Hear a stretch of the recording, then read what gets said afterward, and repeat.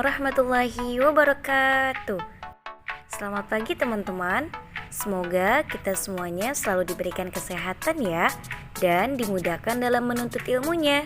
Baik teman-teman, sebelum kita memulai pembelajaran pada pagi hari ini, alangkah baiknya kita berdoa terlebih dahulu dengan membaca basmalah.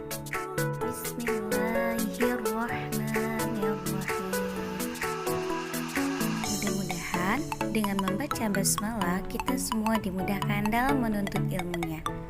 Baik, sebelum Ibu melanjutkan pembelajaran pada pagi hari ini, kita akan melihat tujuan pembelajaran pada pagi hari ini. Di mana tujuan pembelajaran pada pagi hari ini adalah siswa mampu menyebutkan bukti kebenaran tanda-tanda kebesaran Allah melalui sifatnya dalam Asmaul Husna di lingkungan sekitar. Dan siswa mampu menguraikan 9 Asmaul Husna. Nah, setelah kita mengetahui tujuan pembelajaran pada pagi hari ini, mari kita lanjutkan ke materi selanjutnya, yaitu kita akan membahas sifat Allah Ar-Rauf dan Al-Bar. Tapi sebelumnya, Ibu akan mengulas sedikit tentang materi yang kemarin, di mana kemarin kita membahas 3 sifat Allah, yaitu Al-Ghafar, Al-Basit, dan An-Nafi, di mana Al-Ghafar mempunyai arti Allah yang Maha Pengampun, Al-Basit Allah yang melapangkan rezeki, dan An-Nafi adalah Allah yang Maha memberikan manfaat bagi setiap makhluk ciptaannya. Baik teman-teman, mari kita lanjutkan materi pada pagi hari ini, di mana materi yang pertama yang akan kita bahas adalah mengenai sifat Allah Ar-Rauf, yang artinya adalah Allah yang Maha Penyantun. Allah telah menyebutkan nama Ar-Rauf di dalam Al-Quran pada beberapa tempat, di antaranya adalah yang terdapat di dalam Quran surah Al-Baqarah yang berbunyi, وَكَذَلِكَ جَعَلْنَاكُمْ أُمَّةً وَسَطًا لِتَكُونُوا شُهَدَاءَ عَلَى النَّاسِ وَيَكُونَ الرَّسُولُ عَلَيْكُمْ شَهِيدًا وَمَا جَعَلْنَا الْقِبْلَةَ الَّتِي كُنْتَ عَلَيْهَا إِلَّا لِنَعْلَمَ مَنْ يَتَّبِعُ الرَّسُولَ مِمَّنْ يَنْقَلِبُ عَلَى عَقِبَيْهِ وَإِنْ كَانَتْ لَكَبِيرَةً إِلَّا عَلَى الَّذِينَ هَدَى اللَّهُ وَمَا كَانَ اللَّهُ لِيُضِيعَ إِيمَانَكُمْ إِنَّ اللَّهَ بِالنَّاسِ لَرَءُوفٌ رَحِيمٌ.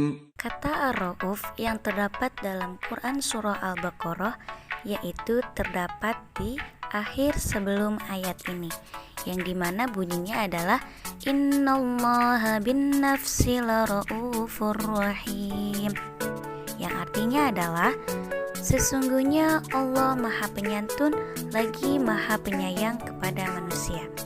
Di mana makna Ar-Rauf ini adalah berarti yang memudahkan bagi hamba-hambanya, karena Allah tidak membebani mereka dengan hal-hal yang berada di luar kemampuan manusia. Maka dari itu, Allah meringankan sejumlah kewajiban orang-orang yang mukim dan sehat bagi orang-orang yang sedang musafir. Nah, oleh karena itu teman-teman, Allah tidak akan menyia-nyiakan amalan kebaikan seorang hamba.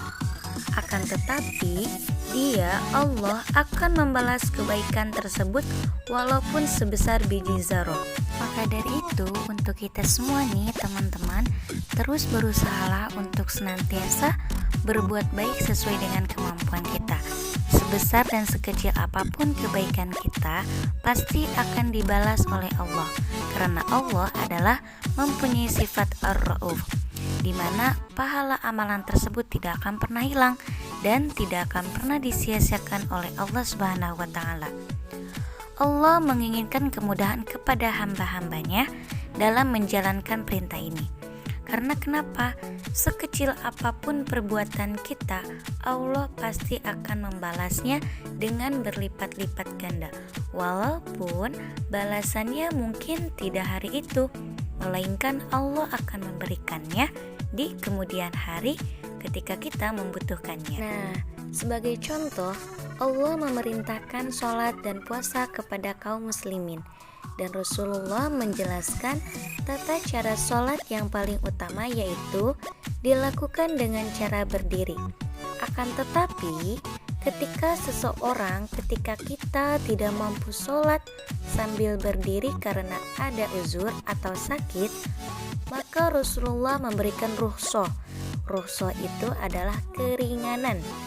Bahwasannya sholat kita bisa dilakukan dengan cara duduk. Ingat ya teman-teman, kita bisa melakukan hal ini ketika kita memang sudah dikatakan tidak mampu untuk berdiri.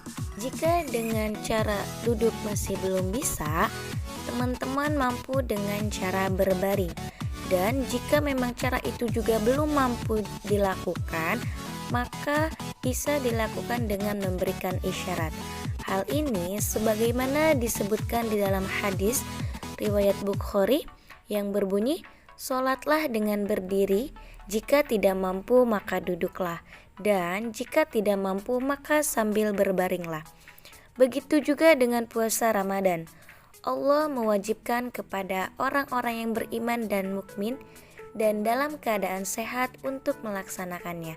Tetapi jika kita tidak mampu melaksanakannya karena ada uzur tertentu seperti sedang musafir, sakit, hamil, atau yang sedang menyusui, maka Allah memberikan keringanan kepada kita untuk tidak berpuasa. Akan tetapi ingat teman-teman, kita harus menggantinya atau mengqodoknya di kemudian harinya. Sebagaimana dijelaskan dalam Quran Surah Al-Baqarah ayat 184 yang berbunyi, أياما معدودات فمن كان منكم مريضا أو على سفر فعدة من أيام أخر وعلى الذين يطيقونه فدية طعام مسكين فمن تطوع خيرا فهو خير له وأن تصوموا خير لكم إن كنتم تعلمون. Nah, itulah teman-teman rukhsah yang telah diberikan oleh Allah kepada kita sebagai bentuk raufnya. Nah, Allah menginginkan kemudahan, menginginkan keringanan kepada kita dalam menjalankan segala perintahnya, dalam menjalankan segala syariat dan hukum-hukumnya. Di antara bentuk raufnya Allah adalah dengan ditundukkannya segala bentuk alat transportasi untuk kita sebagai manusia, yang mana pada zaman dahulu biasanya dicontohkan dengan menggunakan kuda, unta, dan keledai, di mana dulu kita membutuhkan waktu yang sangat lama dalam menempuh perjalanan yang sangat jauh. Namun di zaman sekarang alat transportasi itu sudah lebih modern dengan adanya mobil, kereta api, perahu layar, pesawat terbang, bus, dan lain-lainnya, yang mana semuanya berfungsi untuk membantu mempercepat dan memudahkan pekerjaan kita, meringankan urusan dan memberikan kenyamanan kepada kita dalam perjalanan. Untuk itu teman-teman, kita dapat menerapkannya di dalam kehidupan sehari-hari ataupun di lingkungan sekitar. Semisal contohnya ada teman kita yang sedang merasa kesusahan, ingin pergi ke suatu tempat, maka kita bantu dengan kendaraan yang kita miliki. Contohnya seperti kita mempunyai mobil, teman kita tidak mempunyainya, tapi dia sedang membutuhkannya, maka ringankanlah beban teman kita itu dengan cara kita meminjamkan mobil kita. Itu contoh. Nah teman-teman, selain Ar-Rauf, Allah yang mempunyai sifat yang maha penyantun, Ar-Ra'uf ini mempunyai arti yang maha dermawan, di mana artinya Allah memiliki maha belas kasih dan maha memberi kepada hambanya. Allah Subhanahu wa Ta'ala sudah amat termasyhur akan kedermawanannya, sehingga makna Ar-Ra'uf bisa dimaknai dengan maha dermawan. Allah Subhanahu wa Ta'ala maha memberi dan selalu memberi walaupun tidak diminta oleh kita. Walau hambanya tidak mau beribadah dan berdoa kepadanya, maka Allah Subhanahu wa Ta'ala tetap akan memberikan di dunia ini. Karena ini adalah wujud cinta Allah Subhanahu wa Ta'ala kepada kita sebagai hambanya. Sifat kasih sayang Allah ini, yaitu Ar-Ra'uf, sudah diamalkan dengan sempurna oleh Nabi Muhammad SAW dalam Al-Quran. Saking baiknya pelaksanaan amal Nabi Muhammad, sampai pada akhirnya Allah Subhanahu wa Ta'ala menyebutkan dan memuji Nabi, lalu juga menulis perilaku Nabi sama dengan yang diinginkan oleh Allah Subhanahu wa Ta'ala, sebagaimana yang dijelaskan di dalam Quran surah At-Taubah ayat 28 yang berbunyi, Laqad ja'akum rasulun min anfusikum azizun 'alaihi ma 'anittum harisun 'alaikum bil mu'minina raufur rahim. yang artinya adalah sesungguhnya telah datang kepadamu seorang rasul dari kaummu sendiri.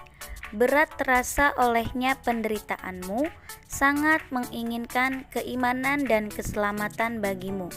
Amat belas kasihan, lagi penyayang terhadap orang-orang mukmin. Jadi teman-teman, saking Allah senangnya melihat perilaku Nabi Muhammad, amalan yang telah dilakukan oleh Nabi Muhammad, Allah Subhanahu wa Ta'ala sampai menuliskannya di dalam Al-Quran.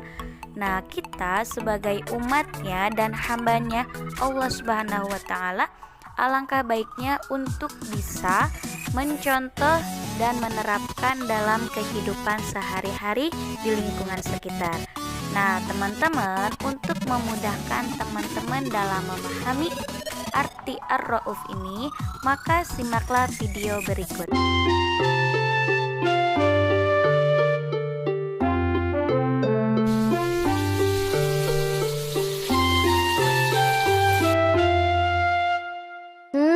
Baunya sedap sekali, Bu.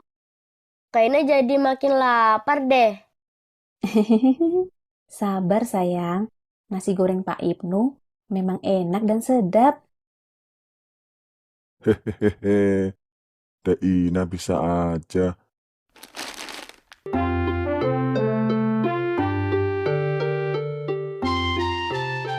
Nih, nasi gorengnya sudah siap. Wah, terima kasih, Pak. Ini Pak uangnya. Baik, terima kasih, Bu.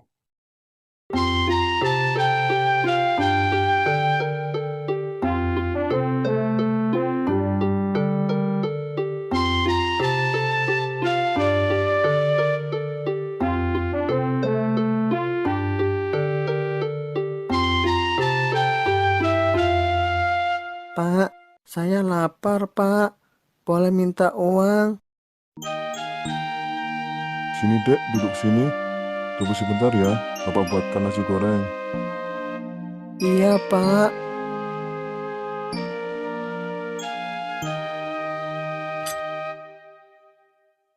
Bu, Pak Ibnu baik sekali ya.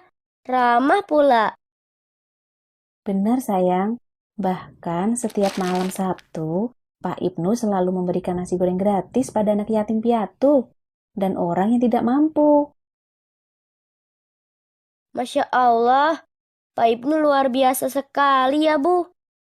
Iya sayang. Allahu Akbar, Allahu Akbar.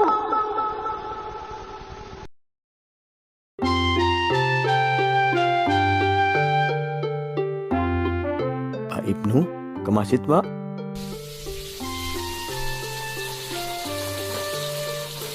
Iya ini. Mari sama-sama.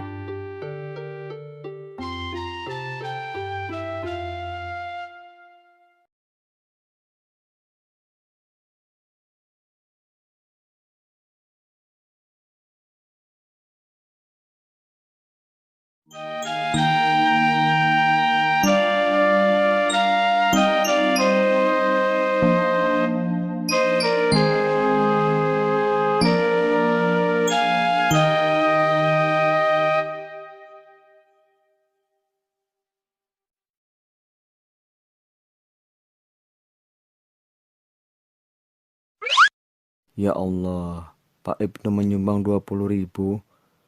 Aku malu. Aku hanya menyumbang 5.000. Astagfirullah. Tapi Pak Ibnu memang hebat. Pak, mari masuk. Oh iya iya Pak.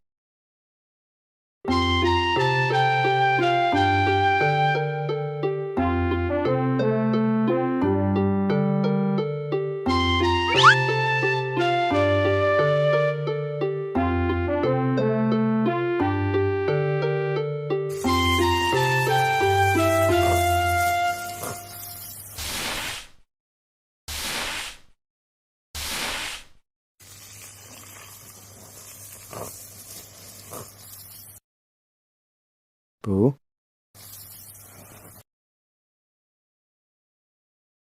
Iya ya, ada apa? ayah merasa malu. Loh, kenapa memangnya? Pak Ibnu luar biasa. Sudah ramah, baik, rajin sedekah, dermawan lagi. Bagus dong ya. Kita bisa meniru Pak Ibnu. Betul sekali ya, selagi itu hal yang baik. Iya Bu.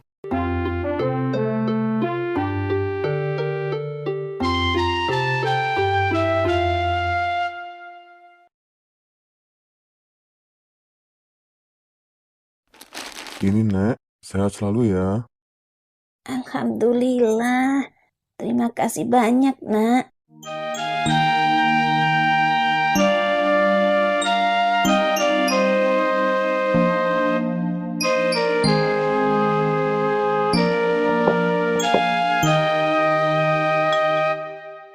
Alhamdulillah, Pak Ibnu. Iya Pak, bagaimana? Nasi gorengnya kurang enak ya? Oh tidak Pak, tidak. Justru enak sekali. Oh iya, Pak Ibnu selalu memberikan nasi goreng cuma-cuma pada orang yang tidak mampu. Memangnya tidak takut rugi? Hehehe, saya tidak takut miskin Pak. Bagian rezeki saya ada hak untuk mereka. Dan Alhamdulillah, penghasilan saya cukup untuk memenuhi kebutuhan keluarga. Bahkan, saya masih bisa menabung. Wah, hebat sekali Pak Ibnu ini. Mantap. Hehehe. Ngomong-ngomong, semuanya berapa Pak? 15.000 Pak. Ini Pak, saya pulang dulu. Baik Pak, terima kasih.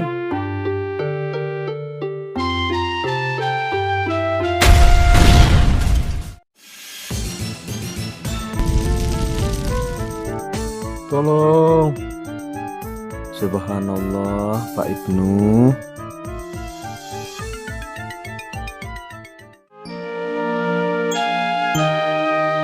Pak, maksud dan tujuan saya mengumpulkan bapak-bapak sekalian di sini adalah untuk membantu Pak Ibnu yang sedang mengalami musibah. Mungkin kita sudah tahu bahwa Pak Ibnu orang yang sangat baik dan dermawan. Maka dari itu, saya punya inisiatif untuk membangun warung nasi goreng. Saya butuh bantuan bapak-bapak. Bagaimana? Setuju? Setuju, Pak. Setuju, Pak. Alhamdulillah, kita bisa mulai gotong royong hari ini.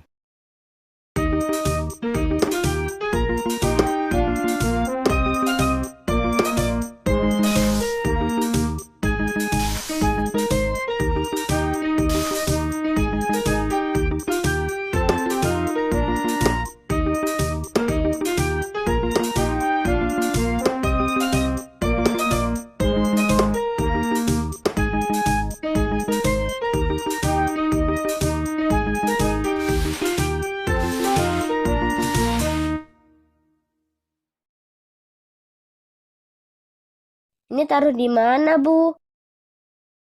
Di sana, Kak.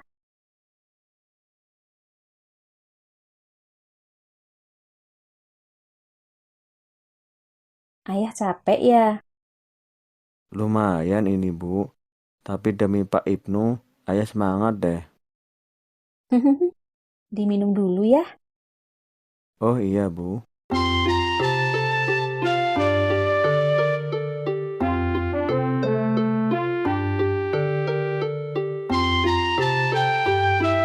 Mari Pak, kita ke sana.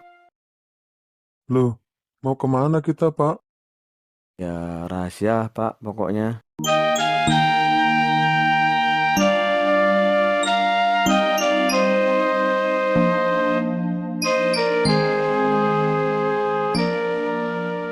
Masya Allah.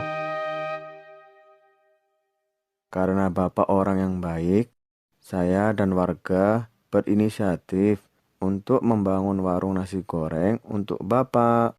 Tuh, tempat duduk pembelinya jadi banyak dan luas kan? Ya Allah.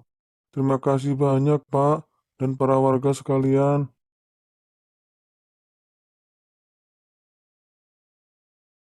Karena tangan saya sudah sembuh, saya akan membuat nasi goreng untuk para warga di sini. Gratis. Asik, asik, yes.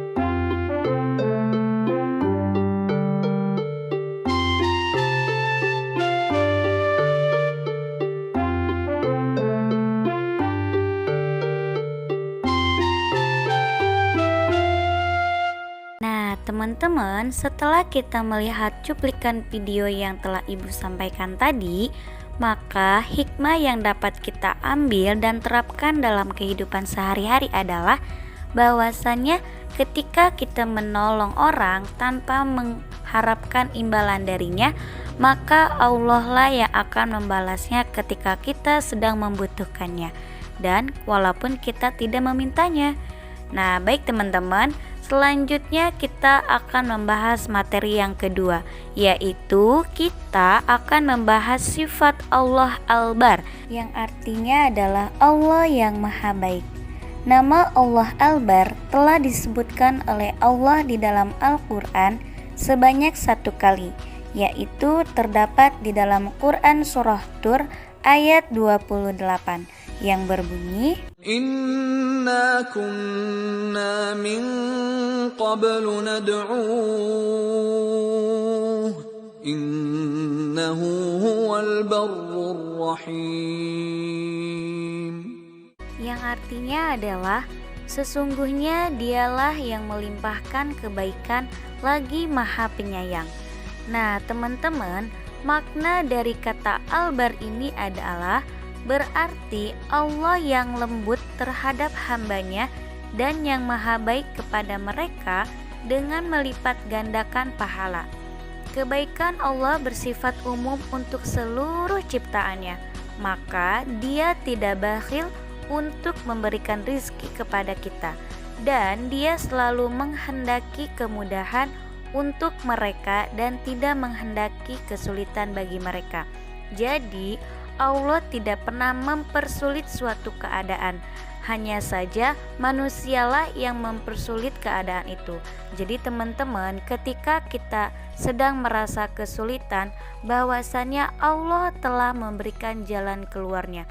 Hanya saja tinggal bagaimana cara kita untuk menemukan kemudahan itu. Perlu teman-teman ketahui bahwasannya Allah mempunyai 2 sifat kebaikan, di mana yang pertama adalah Allah mempunyai sifat kebaikan yang bersifat umum, dan yang kedua adalah Allah mempunyai kebaikan yang bersifat khusus, di mana kebaikan Allah yang bersifat umum adalah mencakup seluruh makhluknya.